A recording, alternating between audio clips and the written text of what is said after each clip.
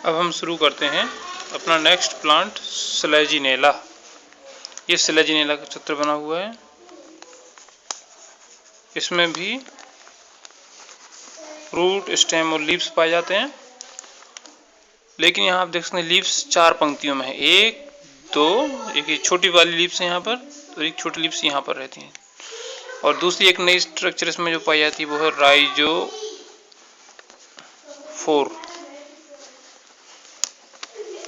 ठीक है। इसमें जो परीक्षा में प्रश्न आते हैं वो कुछ इस प्रकार हैं। इसकी स्टेम का टीएस आता है, स्ट्रोबिलस का एलएस आता है, और राइजोफोर की मॉर्फोलॉजिकल नेचर। ये राइजोफोर के नीचे रूट्स हैं, तो राइजोफोर क्या है, रूट है कि स्टेम है, ये आता है। और यहाँ पर स्टेम का ट्रांसवर्स सेक्शन। इसके अलावा इसमें एक खास बात और पाई जाती है, इसकी लीफ के बेस पर एक उभार पाया जाता है जिसे लिग्यूल कहते हैं। यह लाइकोपोडियम में नहीं पाया जाता। अब हम देखते हैं इसकी स्टेम का टीएस। ये देखिए, ये इसके स्टेम का टीएस हमने बनाया है। सबसे पहले आप आउटलाइन बनाइए इस तरह से। इसके बाद इसके 4 खंड कर दीजिए, 1 2 3, देखिए चौथा है अंदर। तो कुल मिलाकर 1 2 3 लाइन और आपको बनानी है। सबसे बाहर वाली लाइन को एपिडर्मिस बनाइए, इस तरह से बनेगी एपिडर्मिस।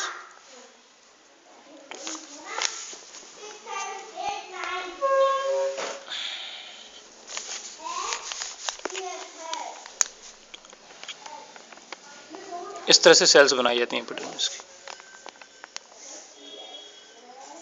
इसके बाद थिक वॉल्ड कॉर्टेक्स रहता है, तो इसकी सेल्स हेक्सागोनल, पेंटागोनल, कुछ इस तरह से ऐसे बनाइए, और इनको अंदर डबल कर दीजिए, इस तरह से गोल बना दीजिए, अंदर से थिक वॉल्ड दिखने लगती हैं।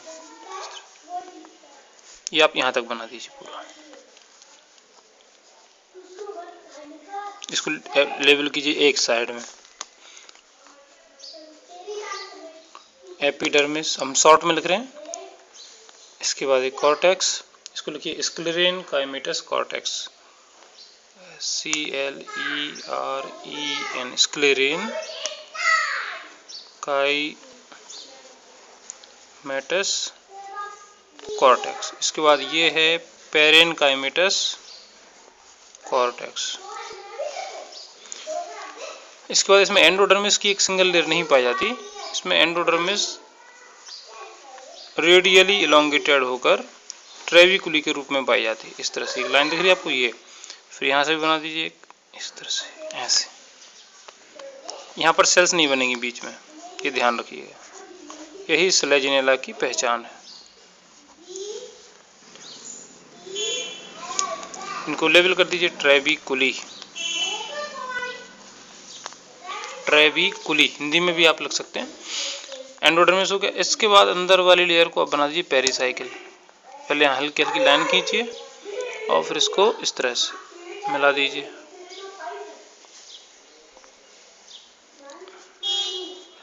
आप पूरे डायग्राम में सेल्स बनाने की जरूरत नहीं है, आप केवल एक पोर्शन ले लीजिए। जैसे मान लीजिए आप इतना पोर्शन ले रहे हैं, तो इतना पोर्शन आप सेल्स बना दीजिए, लेकिन यहाँ पूरे में आपको सेल्स बनानी है। यहाँ देखिए जाइलम इस तरह से बनेगा। ये हमने जाइलम पहले से बना दिया है, इसको डबल कर दीजिए इस तरह से, ऐसा डबल करते जाइए। तो ये मेटाजाइलम बीच में बड़े रहेंगे, साइड में आकर आप इनको छोटे कर दीजिए इस तरह से। यहाँ बड़ा बना दीजिए, और जो बिल्कुल साइड में आ गए यहाँ छोटा। ये प्रोटोजाइलम, ये बड़े वाले मेटाजाइलम। और आप बुक को देख के आपको समझ में आ जाएगा। और यहाँ चारों तरफ रहेगा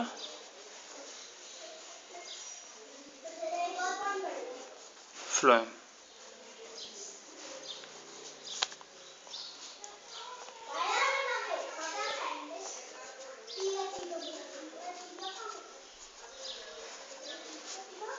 लेबल कर दीजिए। सबसे बीच में है ये मेटाजाइलम,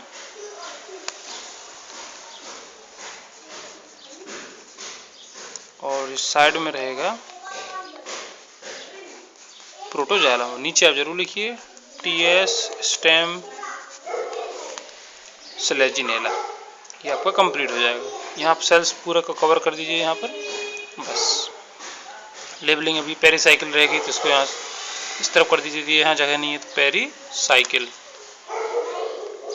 यहाँ पर प्रोटोजाइलम बाहर तो इसको बोलते हैं एग्जार्च कंडीशन, और यहाँ मध्य में जाइलम और उसके चारों तरफ फ्लोएम है, इस कंडीशन को बोलते हैं प्रोटोस्टील। ये प्रोटोजाइलम के लिए लिखा है हमने, और यहाँ फ्लोएम लिख दीजिए, बाहर वाले जो सेल्स हैं वो फ्लोएम, ये वाले हम अलग कलर दे देते हैं इनको। ये देखिए हमने इसको ऑरेंज कर दिया, ये जाइलम, और ये चारों तरफ जो ग्रीन कर दिया वो फ्लोएम है। यहाँ पर फ्लोएम की सेल्स हमने सारी नहीं बनाई हैं, तो आप चाहें तो इनको और ज़्यादा बना सकते हैं। तो लेबलिंग करने में ध्यान रखिए फ्लोएम, ठीक है, कंप्लीट।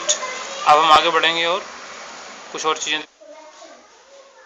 अब हम देखते हैं ये जो राइजोफोर है इसकी मॉर्फोलॉजिकल नेचर, ये रूट है, स्टेम है या लीफ है। तो इसमें कुछ साइंटिस्ट ने इसको रूट माना है, जैसे वान टीगम, हार्वे गिब्सन, क्योंकि ये नीचे की तरफ बढ़ रहा है, ज़मीन की तरफ जाता है, इसलिए उन्होंने रूट माना इसको। इसमें लीव्स नहीं है, इसके जो कारण है कि क्यों रूट मान रहे हैं, पहला इसमें लीव्स नहीं है, दूसरा ज़मीन की तरफ जड़ बढ़ता है, इसे पॉजिटिव जियोट्रॉपिक कहते हैं। इसकी एनाटॉमी, अंदर की जो स्ट्रक्चर है वो रूट के जैसी होती है, इसलिए उन्होंने इसको रूट माना। कुछ लोग इसको स्टेम मानते हैं, जैसे ब्रुकमैन और साइंटिस्ट हैं, तो उसके आप पॉइंट्स याद कीजिए, जैसे कि एक्सोजीनस ओरिजिन होता है इसलिए उन्होंने स्टेम माना। इसके अलावा इसमें रूट कैप्स नहीं है, रूट हेयर्स नहीं है, इसलिए वो इसको स्टेम मानते हैं। कुछ लोग इसको, दूसरे भी साइंटिस्ट हैं जो ऑर्गन सुई जेनेसिस कहते हैं कि ना ये रूट है ना स्टेम है। तो आप साइंटिस्ट के नाम और दूसरी चीज़ें बुक से याद करेंगे।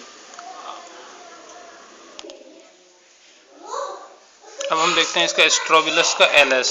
ये देखिए इसका स्ट्रोबिलस को हमने डायग्रामेट्रिकली बनाया है। इसमें एक एक्सेस होता है, उसके चारों तरफ ये लीव्स लगी होती हैं, और लीव्स के बेस पर ये बना हुआ है स्पोरेंजिया। इसमें दो प्रकार के स्पोरेंजिया होते हैं, बड़े होते हैं जिनमें केवल 4, ये 3 ये और 3 एक पीछे मेगा स्पोर्स होते हैं, इसको कहते हैं मेगा स्पोरेंजिया, और इसको बोलेंगे मेगा स्पोरोफिल। और यहाँ देखिए यहाँ छोटे छोटे स्पोर्स भरे हैं, इसको कहेंगे माइक्रोस्पोरोफिल, और इसको माइक्रोस्पोरेंजिया, उसके अंदर जो स्पोर्स हैं वो माइक्रोस्पोर्स। मेगा स्पोर्स अंकुरित होकर यहाँ से नीचे गिरेंगे ज़मीन पर, तो वो बनाएंगे फीमेल गैमीटोफाइट, और जो माइक्रोस्पोर्स हैं ये जब ज़मीन पर गिरेंगे तो इनसे बनेगा mail gametophyte.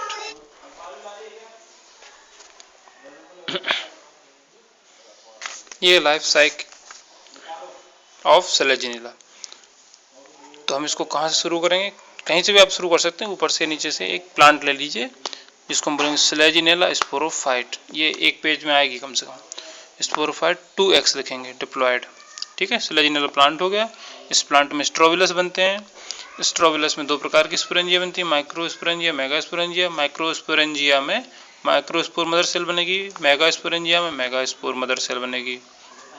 Microspore mother cell में मियोसिस या अर्धसूत्री विभाजन होगा, जिससे माइक्रोस्पोर्स बनेंगे।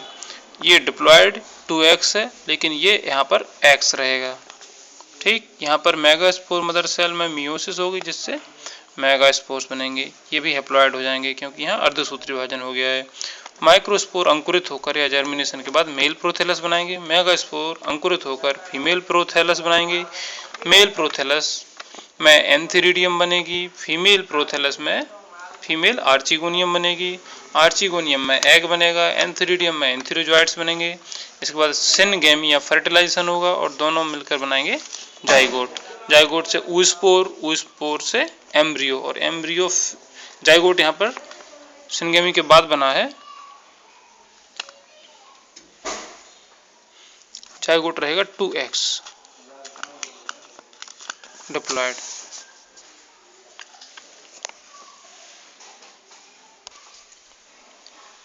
जाइगोट 2x, जाइगोट से एम्ब्रियो, एम्ब्रियो भी 2x रहेगा, और एम्ब्रियो से फिर से ये प्लांट बन जाएगा। यहाँ पर 2 जनरेशन है, ये प्लांट जो है स्लेजिनेला स्पोरोफाइट प्लांट, स्पोरोफिटिक जनरेशन जितनी डिप्लॉयड है वो स्पोरोफिटिक। ये यहाँ एक लाइन खींच दीजिए आप इस तरह से स्पोरोफाइट और गैमेटोफाइट के बीच। कहाँ से खींचेगी line? Microspore mother cell, megaspore mother cell, इसके ऊपर खींचेंगे आप।